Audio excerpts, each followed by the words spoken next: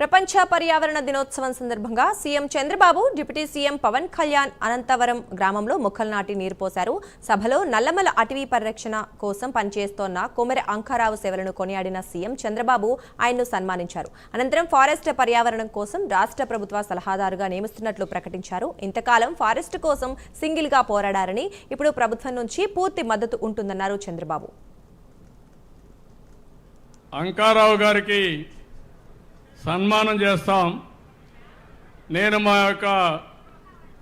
ఇక్కడ అనంతరాములు గారు ఉన్నారు, మా ప్రిన్సిపల్ కన్జర్వేటర్ ఆఫ్ ఫారెస్ట్ ఉన్నాడు. ఇదే మాదిరిగా ఏదైతే ఫారెస్ట్ సర్వీస్ ఒకటి ఉంది, ఐఎఫ్ఓ ఐఎఫ్ఎస్ ఇండియన్ ఫారెస్ట్ సర్వీస్ ఉంది. కానీ అంకారావుకి ఐఎఫ్ఎస్ లేదు. కానీ నిజమైన ఐఎఫ్ఎస్ ఆఫీసర్ కంటే ఎక్కువ పనిచేసిన వ్యక్తి, అడవుల్ని పరిరక్షించిన వ్యక్తి, పరిరక్షిస్తున్న వ్యక్తి అంకారావు. ఒప్పుకుంటారా అని మిమ్మల్ని అడుగుతున్నా.